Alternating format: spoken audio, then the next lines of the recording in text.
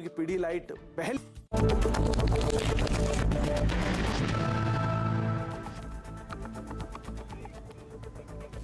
नमस्कार, मैं हूं दीपाली राणा। आप देख रहे हैं मिड कैप मंत्रा। मिड कैप मार्केट के पूरे एक्शन पर रहेंगी नजरें, लेकिन पहले हेडलाइंस। मार्च एक्सपायरी के दिन बेहद सीमित दायरे में बाजार। निफ्टी में 100 और निफ्टी बैंक में सिर्फ 300 अंकों का दायरा। मिड कैप्स की हालत बेहतर, एडवांस डिक्लाइन भी दोगुना। ऑटो शेयरों में आज तगड़ी रफ्तार, करीब 1% चढ़ा Nifty auto index. JP Morgan की बुलिश रिपोर्ट से बजाज ऑटो 1% चढ़ा। टीवीएस मोटर्स, हीरो मोटो और एमएनए में भी अच्छी रौनक। कल की तेज गिरावट के बाद अदानी ग्रुप के स्टॉक्स में रिकवरी, 5% चढ़े Adani enterprises. Adani ports group के कैश स्टॉक्स में भी खरीदारी।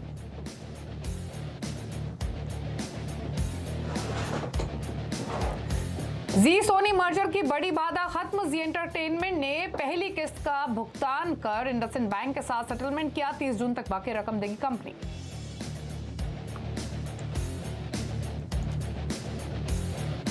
और मार्केट रेगुलेटर सेबी की आज अहम board meeting. ECG framework, rating और डिस्क्लोजर, साथ ही रिटेल निवेशकों के लिए ट्रेड सेटलमेंट जैसे मुद्दों पर चर्चा की उम्मीद।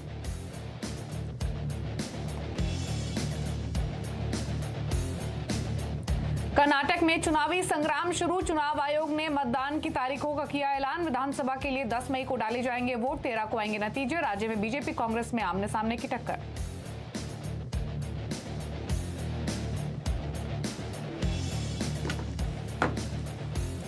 आप देख रहे हैं मिड कैप मंत्रा और बाजार का मूड देखेंगे तो आज एक्सपायरी के दिन वॉल्टिलिटी आपको दिख रही है। डेज हाई से बाजार थोड़े से हल्के हुए हैं, लेकिन एक रेंज में कारोबार कर रहे हैं। ऊपर नीचे के दायरे बने हुए हैं। फिलहाल निफ्टी 100 अंकों के दायरे में आपको घूमता हुआ दिखाई देगा, 16,984 के लेवल्स पर ट्रेड करते हुए। सिमिलर रुझान आपको बैंक निफ्टी में दिखेगा, लेकिन निफ्टी के मुकाबले बैंक निफ्टी थोड़ा सा बेटर है। 150 अंकों के आसपास की बढ़त आपको बैंक निफ्टी में दिखाई देगी। इनफैक्ट अब 200 अंक ऊपर आ चुका है, तो यहाँ रिलेटिवली बेटर परफॉर्मेंस है। और मिड कैप्स एक आउट परफॉर्मेंस आज के सेशन में दिखा रहे हैं डिसाइसिवली। यहाँ पर 0.25% की मजबूती और ज्यादा वॉल्टिलिटी भी नहीं है। सिमिलरली स्मॉल कैप इंडेक्स भी 1% ऊपर है आज के सेशन में। तो ये तो रही इंडेक्स वाइज फिलहाल बाजार का हाल। अगर आप एनएससी स्टैट्स पे देखेंगे तो बढ़ने वाले स्टॉक्स की संख्या ज्यादा है।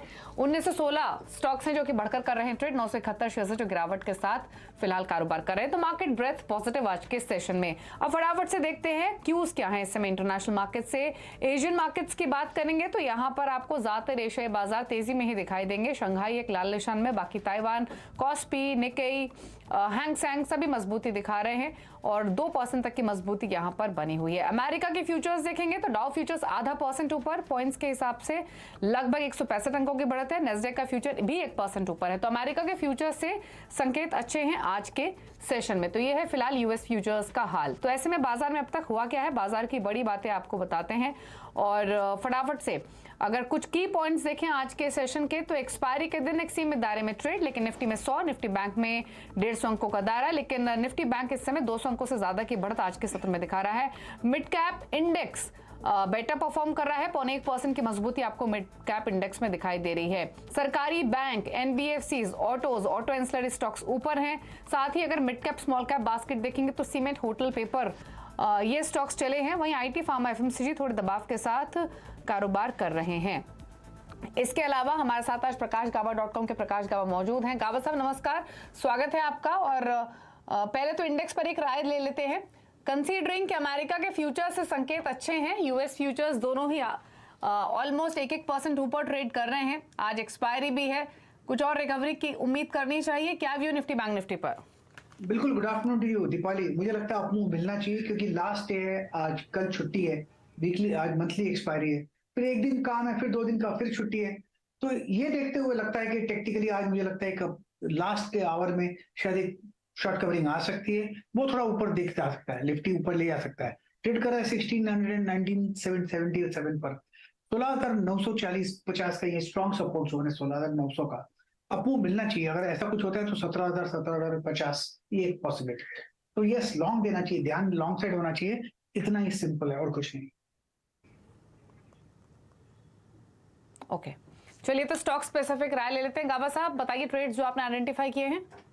मुझे बर्जर पेंट्स अच्छा लगता है, यहाँ पर तेजी नजर आती है, बहुत अच्छा बेस बना हुआ है, ट्रेड कर रहा है 580 के आसपास। टारगेट 590 पॉसिबल है बर्जर पेंट्स में, स्टॉप होगा 575 बर्जर पेंट्स। दूसरा स्टॉक जो पसंद है इस वक्त वो है मुझे अपोलो टायर्स। यहाँ पर एक अपमूव मिल सकता है, बाई जोन पर है अपोलो टायर्स, ट्रेड कर रहा है 309 पे, टारगेट करीब 314 के हो सकते हैं, स्टॉप होगा 308 का। Berger Apollo tyres, yes. Okay, तो अपोलो टायर्स और बर्जर पेंट्स, इन दो ट्रेड्स आप ये दो ट्रेड्स इनिशिएट कर सकते हैं। गाबा साहब ने दोनों पर ही खरीदारी की सलाह आज के सत्र में दी है। 0.25% ऊपर अपोलो टायर्स का स्टॉक ट्रेड कर रहा है 309 के लेवल्स पर, और बर्जर पेंट्स में भी आप 590 के लाइकली टारगेट्स के लिए खरीद के चले, 580 पर फिलहाल कारोबार करते हुए 1% की मजबूती के साथ। लेकिन चलिए मिड कैप्स का हाल आपके सामने लेकर आते। एक आउट परफॉर्मेंस मिड कैप्स में दिखी है आज के सत्र में। पॉकेट्स अगर आपको दिखाएं तो काफी सारी पॉकेट्स जो तेजी दिखा रही है। शुरुआत कर लेते हैं सरकारी बैंकों के साथ, जहां पर खरीदारी लौटती हुई दिखी आज के सेशन में। UCO bank, union bank, Karnataka bank, Indian overseas bank, bank of India, यहाँ 3% से लेकर 5%, 5.5% तक के अप मूव्स दिखाई दे रहे हैं। साथ ही एक बार लेकर आते हैं आपकी स्क्रीन पर NBFC stocks. Piramal enterprises, MNM financial, Max financial, GIC housing, यहाँ भी 4.5-5% तक की तेजी आज के सत्र में देखने को मिल रही है। ऑटो और ऑटो के साथ साथ सेलेक्ट ऑटो इंसलरी ये तेजी में है। TVS motor, Sona BLW, Minda corp, Uno Minda 2.5%, 4.5%, 3.5% तक की तेजी इन स्टॉक्स में भी है। सीमेंट में भी खरीदारी आज के सत्र में। जेके लक्ष्मी सीमेंट, इंडिया सीमेंट, जेके सीमेंट और सांगी इंडस्ट्रीज ऊपर। सांगी इंडस्ट्रीज में 5% का सर्किट, 5% ऊपर जेके लक्ष्मी सीमेंट। इंडिया सीमेंट भी अब 3% ऊपर कर रहा है ट्रेड। पेपर शेयर्स देखेंगे और पेपर स्टॉक्स में JK paper, Orient paper, Emami paper, Ruchira paper में तेजी है, यहाँ भी 2.5 से 4.5% तक की तेजी। और लास्टली दिखाते हैं आपको होटल स्टॉक्स जो कि एक्शन में है आज, और लेमन ट्री, ईआईएच, ईएच एसोसिएटेड, अद्वानी होटल्स, यहाँ 5% तक के मूव्स देखने को मिल रहे हैं। गाबा साहब, सीमेंट में कोई अपॉर्चुनिटी दिख रही है क्या? इंडिया सीमेंट या जेके लक्ष्मी सीमेंट जैसे स्टॉक्स में ऑल्दो 3-4% ऊपर ये हैं स्टॉक पहले से ही। रैमको सीमेंट पर मेरा ध्यान है, सुबह से ट्रेड कर रहा है 749 के आसपास, अपमूव मिलना चाहिए, 762 पॉसिबल है, स्टॉप होगा 744 रैमको सीमेंट। ओके, तो सीमेंट पैक से रामको सीमेंट ठीक लग रहा है, 750 के लेवल्स, 11 रुपए ऊपर ऑलरेडी ट्रेड करते हुए। लेकिन आगे बढ़ेंगे और एक इंपॉर्टेंट खबर आपको बताते हैं। सेबी बोर्ड की आज बैठक हो रही है जिसमें बाजार से जुड़े कई अहम डिसीजंस लिए जा सकते हैं। क्या है बैठक का एजेंडा, बताने के लिए हमारे साथ हैं यश जैन। यश, बताइए। काफ़ी अहम बोर्ड बैठक है सेबी द्वारा, मार्केट रेगुलेटर द्वारा, और आज की बोर्ड बैठक में 3 ऐसे क्षेत्र है जहां पे इस बोर्ड बैठक के अंतर्गत हमें फोकस करना चाहिए। सबसे पहला क्षेत्र है mutual fund segment, second one corporate governance, और तीसरा वाला है सेकेंडरी मार्केट।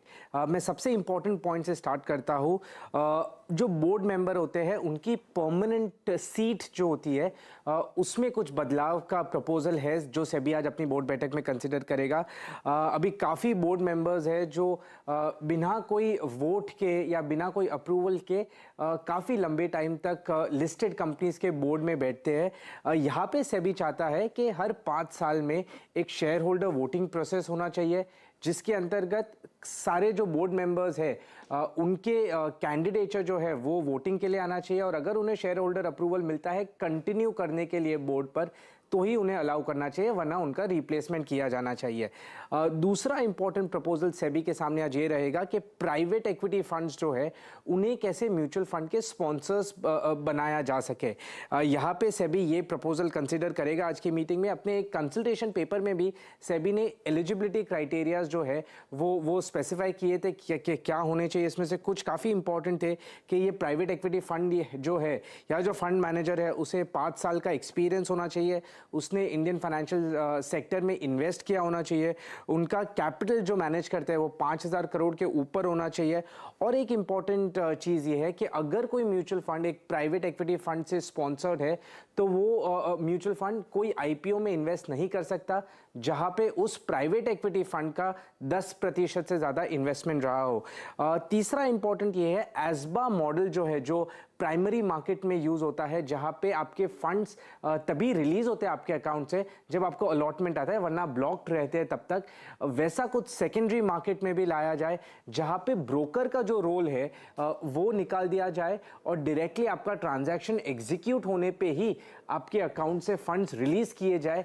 जब तक ट्रांजैक्शन एग्जीक्यूट नहीं होता वो फंड्स आपके अकाउंट में रहे, ब्लॉक्ड रहे पर आपके अकाउंट में रहे, और इस तरीके से एक तो मिसयूज बचाया जा सकता है ब्रोकर ब्रोकर के द्वारा उन फंड्स का, और दूसरा जो इन्वेस्टर है वो उन फंड्स पे इंटरेस्ट अक्रू कर सकता है जब तक वो रिलीज नहीं किए जाते।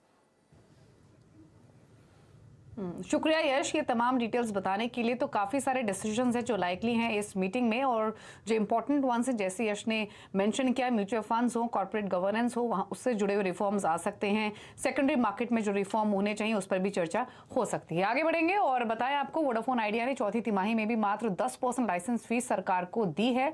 सूत्रों के मुताबिक कंपनी ने 58 करोड़ जमा कराए हैं। लाइसेंस फीस जमा कराने की अंतिम तारीख 25 मार्च थी। और डिटेल्स के साथ असीम मनचंदा है। असीम बताइए और क्या डिटेल्स हैं?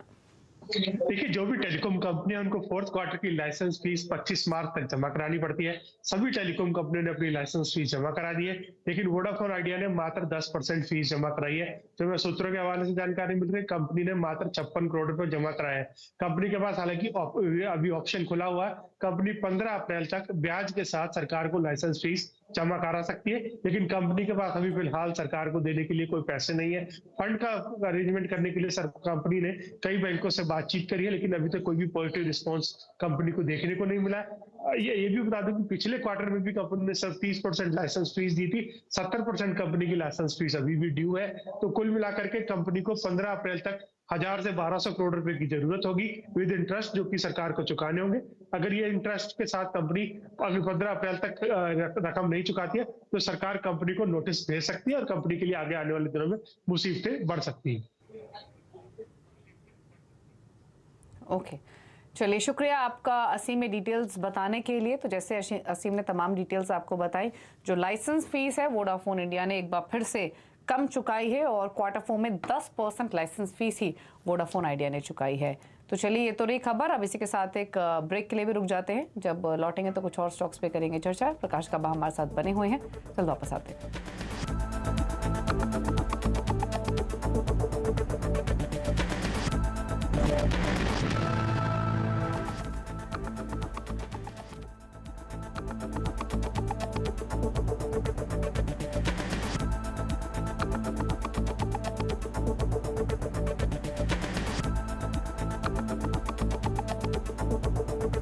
Mongia Steel presents Majboot Stocks of the Day.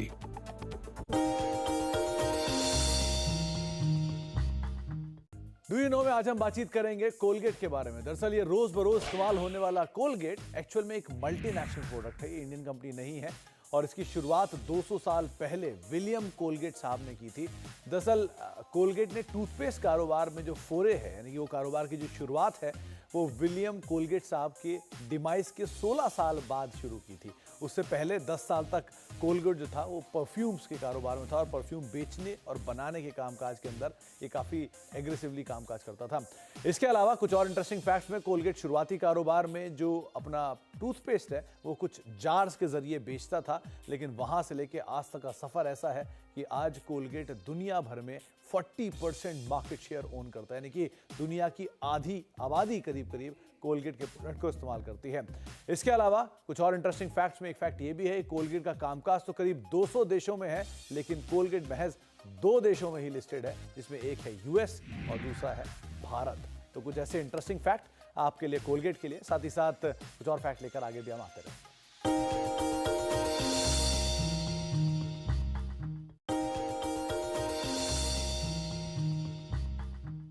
Do you know में आज हम बातचीत करने वाले हैं अमारा राजा बैटरीज के बारे में। दरअसल इस कंपनी से रिलेटेड बहुत सारे इंटरेस्टिंग फैक्ट हैं, लेकिन सबसे इंटरेस्टिंग फैक्ट तो इस कंपनी के नाम के साथ ही शुरू हुआ था। दरअसल इस कंपनी का जो नाम है अमारा राजा, वो एक्चुअल में जो एग्जिस्टिंग प्रमोटर हैं उनके ग्रैंड पेरेंट्स के नाम पर लिया गया था। जहाँ पर कंपनी के जो जयदेव गाला साहब हैं, उनके ग्रैंड पेरेंट्स में उनकी माता जी का नाम था अमरावती और साथ साथ राजगोपाल नायडू, इन दोनों को मिला के कंपनी का नाम अमारा राजा बना है। बहुत सारे रोचक तथ्यों में से एक इंटरेस्टिंग फैक्ट ये भी है कि देश की हर तीसरी गाड़ी की बैटरी जो है वो अमर राजा बैटरी बनाती है, यानी हर तीसरी गाड़ी जो पावर्ड बाय है वो अमर राजा बैटरी है। साथ ही साथ सिंगापुर की हर दूसरी गाड़ी जो है वो powered by Amar Raja battery है। इसके अलावा कुछ और इंटरेस्टिंग फैक्ट्स में, एक देश का सबसे मजबूत और सबसे बढ़िया टैंक अर्जुन टैंक, इसकी भी बैटरी अमर राजा की तरफ से ही प्रोवाइड किया जाती है। और अमर राजा बैटरी का ना केवल ऑटोमोबाइल में कामकाज है, बल्कि रेलवेज, डिफेंस, टेलीकॉम जैसे कई सारे और सेक्टर हैं जिस पे कंपनी का भी कामकाज है। तो कई सारे रडार्स के लिए भी कंपनी बैटरीज प्रोवाइड कराती है। इसके अलावा एक और इंटरेस्टिंग फैक्ट ये भी है कि देश का हर तीसरा टेलीकॉम टावर जिससे आप मोबाइल की कनेक्टिविटी पाते हैं, उन टेलीकॉम टावर की बैटरीज को भी अमर राजा बैटरी ही बैटरी प्रोवाइड कराता है। साथ ही साथ अमर राजा बैटरी ना केवल गाड़ियों के लिए, ऑटोमोबाइल के लिए, नेटवर्क्स के लिए, रेडार्स के लिए, टेलीकॉम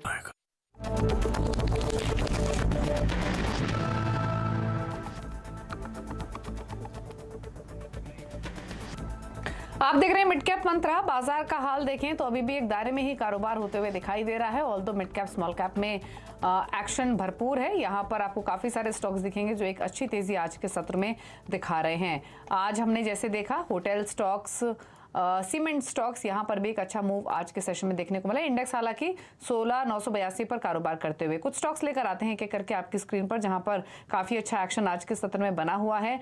और एक स्टॉक देखिए रेमंड, यहाँ भी वॉल्यूम्स के साथ एक्शन बना हुआ है। 6.5% ऊपर ये स्टॉक ट्रेड कर रहा है दिन के ऊपरी स्तरों के आसपास ही।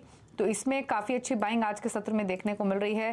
साथ ही अगर कुछ और स्टॉक्स देखेंगे तो सेंचुरी टेक्सटाइल, इनफैक्ट स्टॉक पर गाबा साहब की राय भी ले लेते हैं। हमने पेपर स्टॉक्स में एक्शन देखा भी है। सेंचुरी टेक्सटाइल हालांकि काफी डाइवर्सिफाइड कंपनी है, सीमेंट, पेपर सब इसके अंडर आता है, लेकिन इसमें जो ये पिछले कुछ समय में एक्शन बना है, आप कैसे देखते हैं गाबा साहब इसे? 652 पर ट्रेड करते हुए 5% ऊपर। हायर टाइम फ्रेम के हिसाब से लगता है बहुत बढ़िया बेस बना है सेंचुरी टेक्सटाइल में, करीब 620-630 के आसपास। थोड़ा वक्त देंगे, मुझे लगता है 680 से 700 ये जोन है, वहां तक जा सकते, लेकिन थोड़ा वक्त है उसके लिए। बाय मोड पर है, डिप्स बायबल जब तक 620 बढ़ रहा है सेंचुरी टेक्सटाइल। गाबा साहब, खरीदारी तो आज सरकारी बैंकों में भी देखने को मिल रही है। एक स्टॉक देखिए इंडियन ओवरसीज बैंक का, जहां पर बाइंग एक्सटेंड हुई है। देखिए कैसा लग रहा है ये स्टॉक आपको? well, इंडियन ओवरसीज बैंक मुझे लगता है कि काफी गिरावट देखी हमने, करीब 35 से करीब 22 के आसपास। अब जो बाउंड दिख रहा है शॉर्ट कवरिंग है ये। यस, आपको मिल सकता है यहाँ पर। टारगेट ऑन द अपसाइड 23 से 24 तक पॉसिबल है। Yes, Indian overseas bank. हाँ, तो आईओबी की बात हो रही है, इंडियन ऑयल कॉर्पोरेशन की नहीं, इंडियन ओवरसीज बैंक की। इंडियन ओवरसीज बैंक इस समय डे हाई पर ट्रेड कर रहा है और अगर स्टॉक आप देखेंगे आज के सेशन में तो 22 रुपए पर ट्रेड कर रहा है और लगभग 4.25% की मजबूती देखने को मिल रही है। सिमिलरली अगर आप कर्नाटका बैंक देखेंगे तो वहां भी तेजी अब फर्दर एक्सटेंड होते हुए दिख रही है और कर्नाटका बैंक भी 4.5% ऊपर 131 के लेवल पर डेज हाई पर आ चुका है। तो सरकारी बैंकों में थोड़ा खरीदारी का एक्शन आगे बढ़ते हुए आज के सेशन में। लेकिन हम बात करेंगे बजाज ऑटो की। बजाज ऑटो पर जेपी मॉर्गन की रिपोर्ट आई है जिसमें कंपनी का टारगेट 4400 किया गया है। क्या है वजह, बताने के लिए हमारे साथ यतिन मोहता। तो यतिन बताइए, क्या व्यू ब्रोकरेज हाउस का बजाज ऑटो पर? हाँ, गुड आफ्टरनून दीपाली। देखिए बजाज ऑटो आज स्टॉक लगभग डेज हाई पे ट्रेड कर रहा है, निफ्टी का टॉप गेनर बना हुआ है। जेपी मॉर्गन की रिपोर्ट में आज इस स्टॉक पे ओवरवेट रखा गया है, टारगेट है 4400। लेकिन ये अहम नहीं है कि टारगेट 4400 है, लेकिन बुल केस में जेपी मॉर्गन को लगता है कि बजाज ऑटो के शेयर्स में 40 से 42% तक की अपसाइड हो सकती है। बेयर केस में केवल 10% की डाउनसाइड है। तो जहां तक कि रिस्क रिवॉर्ड है करंट वैल्यूएशन पे काफी आकर्षक है और अगर कंपनी के एक्सपोर्ट रेवेन्यूज और एक्सपोर्ट के जो देश है जहां दिक्कतें चल रही हैं वो अगर रिवाइव हो जाए तो एक बड़ा टर्न अराउंड आप वॉल्यूम गेम में होते हुए देखेंगे।